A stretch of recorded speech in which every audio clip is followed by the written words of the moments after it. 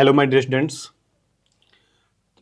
आज हम लोग जो है सॉल्यूशंस का ही एक पार्ट है जिसमें रॉलेट्स लॉ के बाद एजियोट्रॉप, जैसे कि हम लोग ने रॉलेट्स लॉ के बारे में देखा था कि उसमें किस तरीके से उसका ग्राफ जो आपको बताए थे पॉजिटिव और नेगेटिव डिविएशन शो करता था। अब हम लोग पढ़ेंगे एजियोट्रॉप, जो कि एक टॉपिक है हमारे सॉल्यूशंस के अंतर्गत ही आता है और ये काफ़ी इम्पोर्टेंट है। तो इसमें हम लोग देखेंगे जिसमें बाइनरी मिक्सचर्स के बारे में थोड़ा सा जानकारी आपको मैं दे दूं कि बाइनरी मिक्सचर्स क्या होता है कि जब दो कंपोनेंट के मिलने से जो मिक्सचर जो तैयार होता है उसको हम लोग क्या बोलते हैं, बाइनरी बोलते हैं। और बाइनरी का मतलब ही होता है दो। चाहे ऐसे भी हम लोग पढ़ते हुए आ रहे हैं कि सॉल्यूशंस का मेनली दो कंपोनेंट होता है, जो कि मैंने आपको कई एक बार बता चुका हूँ, सोल्यूट और सॉल्वेंट।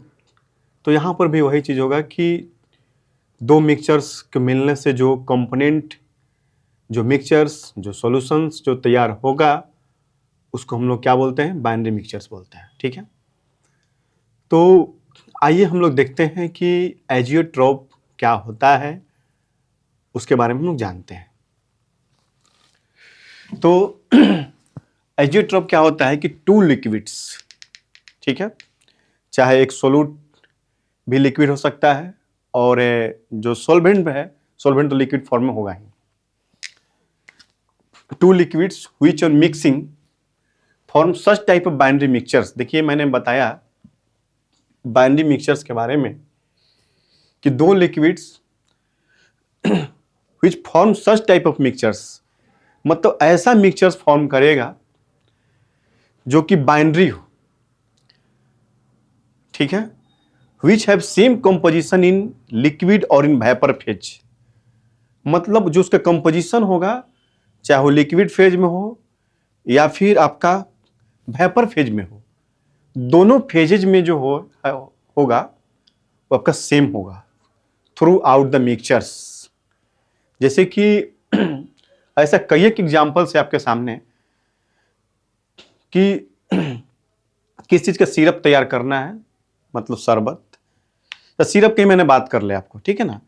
जो कप सिरप आते हैं, देखते हैं उसमें कंपोजिशंस में क्या क्या होता है, ठीक है, अल्कोहल होता है और भी बहुत सारे केमिकल्स उसमें ऐड किए रहते हैं। तो पता नहीं चलता है कि मतलब उसमें क्या क्या डाला हुआ है, क्या क्या मिक्स है, बस एक जैसा दिखता है थ्रू आउट दी सॉल्यूशंस। आई बात समझ में। तो यहां पर भी वही चीज है कि एजियोट्रॉप क्या होता है कि दो liquids which having same composition which form such type of mixtures in liquid और इन वेपर फेजेज, चाहे वो लिक्विड फेज में हो या फिर आपका वेपर फेज में हो। लेकिन उस केस में क्या होगा कि जो बॉइलिंग पॉइंट जो होगा आपका वो कॉमन होगा। जैसे कि मान लेते हैं कि रूम टेम्परेचर की हम लोग बात कर लें कि रूम टेम्परेचर कितना होता है, 25 डिग्री सेल्सियस आपका कंसीडर किया जाता है स्टैंडर्ड रूम टेम्परेचर। लेकिन अभी क्या टेम्परेचर हो सकता है, नहीं, घटता है, बढ़ता है, 40 जाता है, 35 रहता है, यहाँ आपको 10 डिग्री सेल्सियस भी होता है, माइनस में भी जाता है। लेकिन एक स्टैंडर्ड वैल्यू फिक्स करके रखा गया है कि 25 डिग्री सेल्सियस पर इतना इसका होता है, ठीक है ना, रूम टेम्परेचर। तो जो बॉइलिंग पॉइंट होगा वो क्या होगा, कॉमन होगा। ऐसे बॉइलिंग पॉइंट अगर हम सेल्सियस की बात कर लें तो वहां पर आपका 100 डिग्री सेल्सियस बॉइलिंग पॉइंट रखा गया है, माना गया है, ठीक है। वही हम फ़ारेनहाइट स्केल की बात कर लें क्योंकि टेम्परेचर मेजरिंग स्केल जो होता है वो 3 टाइप्स का होता है। मैंने आपको लेक्चर में बताया भी कि केल्विन स्केल हो गया आपका, फ़ारेनहाइट स्केल हो गया और सेल्सियस स्केल हो गया। तो अलग अलग जो मेजरिंग जो टेम्परेचर जो है, स्केल जो है, वो अलग अलग बॉइलिंग पॉइंट, मेल्टिंग पॉइंट जो है उसको फिक्स करके रखा गया है। तो ये चीज हुई, ठीक है। तो to liquids which on mixing form such type of mixture which have same composition in liquid and in vapor phases and have common boiling point, so that it cannot be separated into its component through fractional distillation process। देखिए ये क्या है कि जब आप लोग separation of mixtures in previous classes में means junior classes में भी पढ़े होंगे, उसमें एक आता है बाय सीविंग, बाय विनोइंग, तो उसमें एक आता है फ्रैक्शनल डिस्टिलेशन प्रोसेस।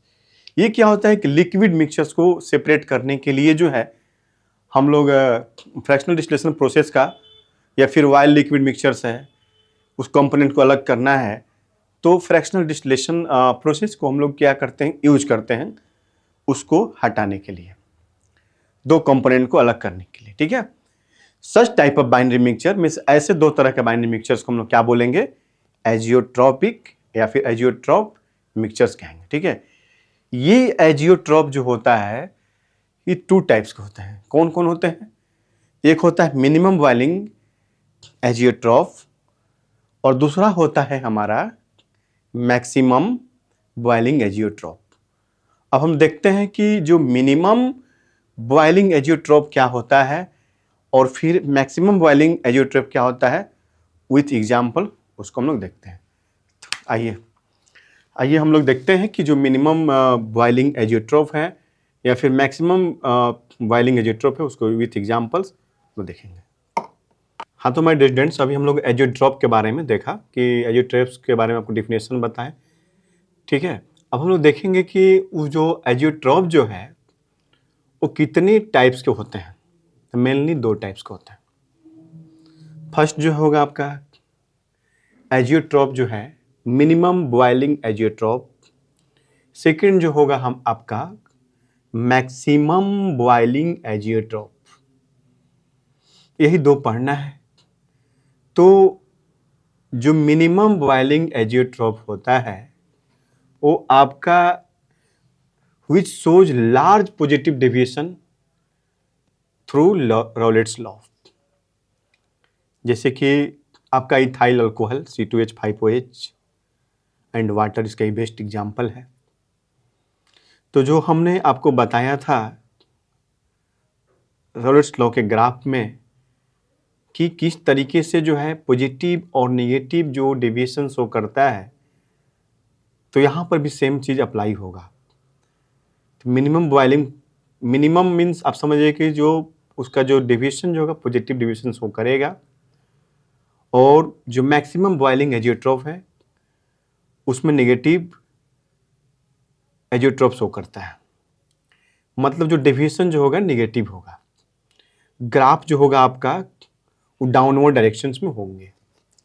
देखिए दो चीज़ें होती हैं, थोड़ा सा मैं आपको कंक्लूड करना चाहूँगा ग्राफ के बारे में कि जो लीनियर इक्वेशन का जो ग्राफ जो होता है वो स्ट्रेट लाइन होता है, और वो ग्राफ जो है ओरिजिन से पास कर भी सकता है और नहीं भी कर सकता है, लेकिन ऑलवेज जो हमेशा ये ग्राफ लीनियर इक्वेशन का जो होगा स्ट्रेट लाइन होगा।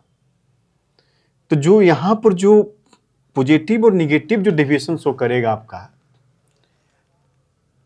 यहाँ पर क्या होगा कि जो पैराबोला टाइप के स्ट्रक्चर्स मन अपवर्ड डायरेक्शंस में कर्व और फिर डाउनवर्ड डायरेक्शंस में, तो हाइपरबोला पैराबोला। ठीक है, ग्राफ ये मैथ्स का चीज़ है, ठीक है ना, लेकिन यहाँ पर थोड़ा सा बातें आ गई तो मैं आपको बता दिया।